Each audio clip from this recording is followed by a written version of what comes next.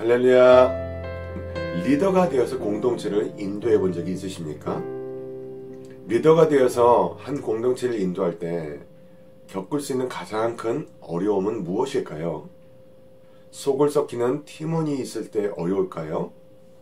아니면 너무 말을 듣지 않는 사람이 있어서 어려울까요? 그런 것도 어려움이 되겠죠. 그런데 가장 큰 어려움은 그런 것이 아닙니다. 가장 큰 어려움은 성실함을 잃고 있는 리더 그 자신입니다. 만약에 리더가 어떤 환경에서든지 간에 자신의 성실함을 잃지 않고 있다면 그 공동체는 그로 인해서 가장 큰 어렵고 위험한 순간도 든든히 이겨나가게 될 것입니다. 오늘은 성실함을 잃지 않았던 한 사람, 그래서 무려 몇백만 명이나 되는 사람을 40년간이나 인도했던 한 사람의 이야기에 대해서 함께 나누어 볼까 합니다.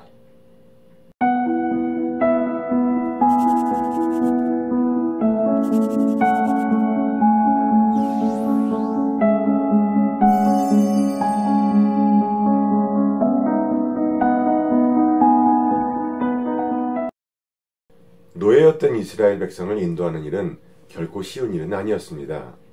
그들은 자급자족의 문화가 서툰 사람들이었죠. 노예였다는 것은 주인이 있었다는 이야기고, 주인이 있었다는 이야기는 주인이 배급해주는 모든 것들을 먹고 살았기 때문에 스스로 자급자족하는 환경 가운데 맞닥뜨렸을 때 과거를 그리울 수밖에 없는 상황 가운데 처하게 되었을 것입니다. 그래서 그들은 늘 물 문제와 양식 문제와 고기 문제가 있었습니다. 이렇게 그들이 문제가 있다고 생각했던 그 문제는 3장에 걸쳐서 오늘 말씀되어지고 있습니다. 이스라엘 백성은 엘림에서 신광야로 이동을 했습니다.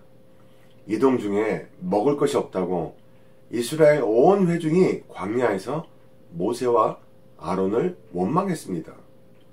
그런데 단지 먹을 것이 없다라고 하는 원망이 아니라요, 자꾸 과거 이야기를 하면서 애굽의 고기 가마가 생각이 난다. 애굽에서는 잘 먹었었는데, 애굽에서는 배부르게 먹었었는데, 이런 이야기를 하면서 과장된 과거에 대한 회상을 떠올리면서 모세와 아론에게 정말 듣기 어려운 불만들을 많이 이야기했죠. 하지만 모세는 절대 긍정의 믿음을 가진 사람이었습니다. 절대 긍정의 믿음을 가진 사람은 문제 앞에 있어서 원망을 하지 않고 하나님께 기도를 하는 사람이죠. 그래서 바로 그날 저녁에 광야의 온 지면에 메추라기가 와서 온 진이 덮여져 버렸습니다. 얼마나 많은 메추라기가 왔는지 온 지면이 가득 메워졌죠. 그리고 나서 이슬이 내리고, 이슬이 내린다면 만나도 내려지게 되었습니다. 그렇게 광야 생활을 하던 이스라엘 17장에 와서는 그 거대한 무리가 르비딤 광야에 이르게 됩니다. 르비딤 광야에서 있었던 일 중에 가장 기억에 남는 일은 또 물 문제로 인해서 불평불만을 하게 됩니다. 물로 인해서 원망을 시작하게 됩니다. 그래서 하나님께서 모세를 호렙산으로 올라오게 하시고, 호렙산 위에서 홍해를 건널 때 들고 있었던 그 막대기로 바위를 치게 하시죠. 그때 물이 흘러나와서 언덕을 타고 흘러내리게 되었습니다. 아말렉에 이르러서는요, 이스라엘과 르비딤이 싸우는 일이 벌어지게 됩니다. 이 전투, 이스라엘이라고 하는 민족을 가지고 모여서 한 큰 그룹이 되었을 때 처음으로 벌어진 전투가 되죠.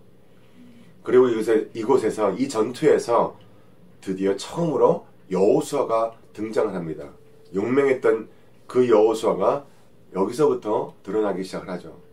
그런데 이때 아말렉의 전투에서 모세가 손을 들면 전쟁에서 이기고 손을 내리면 전쟁에서 지는 이런 현상이 나타났습니다. 모세의 2팔을 들고 있는 것이 얼마나 힘들었겠습니까? 아론과 훌이 모세의 팔을 붙들어주고 모세가 견딜 수 있도록 인도해 주었습니다.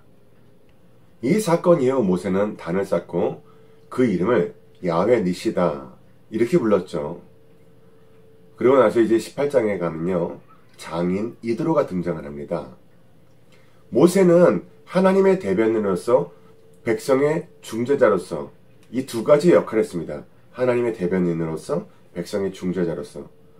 그런데 백성들이 끊임없는 문제를 들고 모세 앞으로 나오는 것을 이드로가 보게 됩니다. 이드로가 모세에게 그렇게 하지 말고 백성 가운데 제 덕을 겸비한 사람을 세워서 1000부장, 50부장, 100부장으로 세우라고 이야기를 하죠. 그때 이드로의 조언으로 이스라엘의 초기 지배 구조, 여기서부터 이스라엘이 구조를 갖는 거예요. 지배 구조를 가지고 이스라엘 민족을 더욱더 민족으로서의 모습을 갖추고 행정적인 것까지 처리할 수 있는 그런 모습을 갖추게 됩니다. 자, 오늘 말씀을 한번 우리가 정리를 해보겠습니다. 왜 그토록 그들이 40년간을 훈련을 했어야 되는가? 여러분, 믿음은요, 그냥 생기는 것이 아니죠. 엄청난 훈련을 통해서 생기는 것입니다. 이스라엘은 광야에서 훈련을 받았어야만 했습니다. 이스라엘이 블레셋과 싸울 준비를 했어야 했고 하나님의 명령에 순수하게 복종할 준비가 되어 있어야 했습니다. 그들은 애굽으로 돌아가고 싶다고 이야기를 하죠. 하나님께서 속박에서 벗어나게 해주신 것에 대한 감사가 없었기 때문에 그들은 항상 과거를 향한 그리움에 젖어 있었습니다.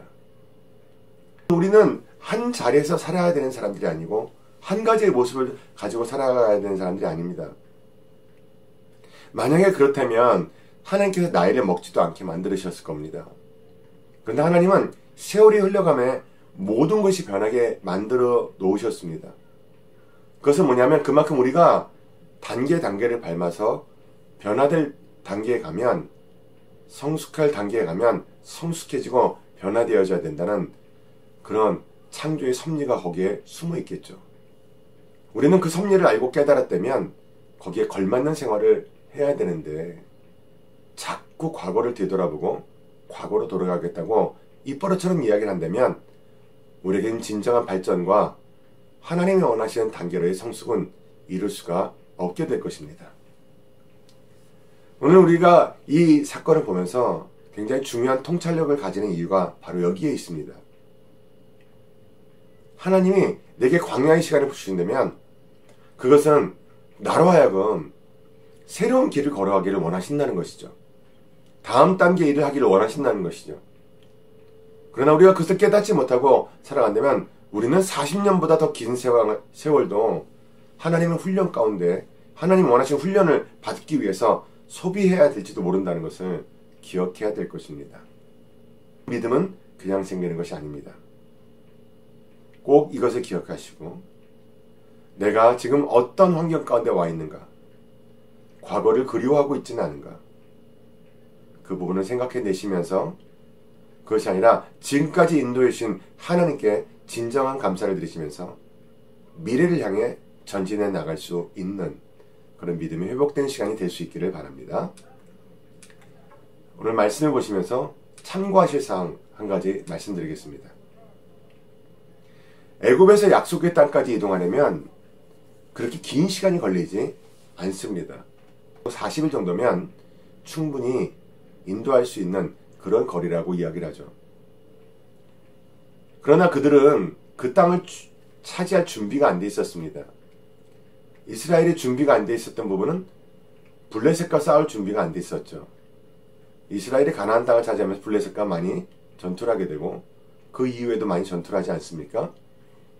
그래서 그들과 함께 전투를 할 준비가 되어 있기 위해서는 긴 시간 동안에 빠르게 움직이고 또 상황에 대처하고 하는 여러 가지 훈련이 필요했던 것이죠.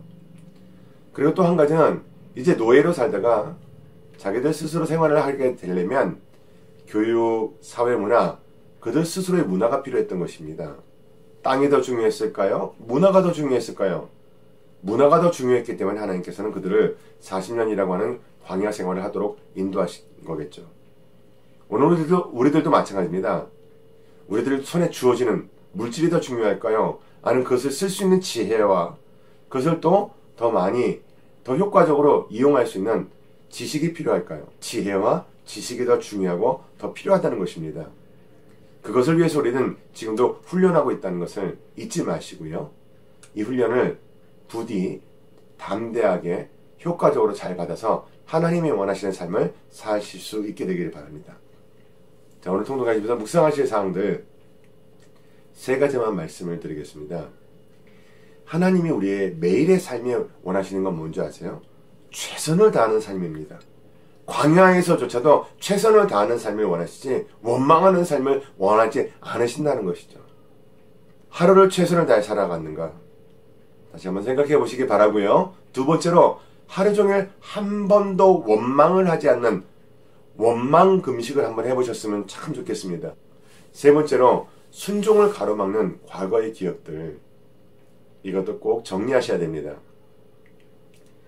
추억이야 어떻겠습니까마는 현재도 망치고 미래도 망치는 과거에 대한 잘못된 기억들, 그것에 대해서 하나님은 어떻게 해석하시는가를 물어보시고 믿음을 다시 한번 정리할 수 있는 시간이 되실 수 있기를 바랍니다. 오늘 암송하실 구절입니다. 17장 15절과 16절 말씀입니다. 모세가 제단을 쌓고 그 이름을 야훼 니시라 하고 이르되 야훼께서 맹세하시기를 야훼가 아말렉과 더불어 대대로 싸우리라 하셨다 하였더라. 아멘. 사랑하는 성도 여러분, 광야와 같은 생활을 지나고 있다고 생각하시나요?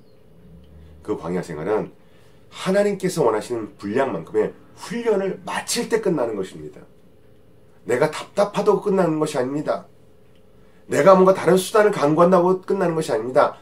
단지 하나님께서 원하시는 분량의 훈련을 마치고 하나님께서 원하시는 수준의 믿음이 되었을 때 비로소 그 생활은 끝나게 될 것입니다. 그것을 꼭 기억하시고요. 담대한 마음으로 오늘의 훈련을 잘 받으셔서 광야 학교를 빨리 졸업하실 수 있는 여러분들이 되시기를 간절히 바랍니다. 여러분 축복합니다.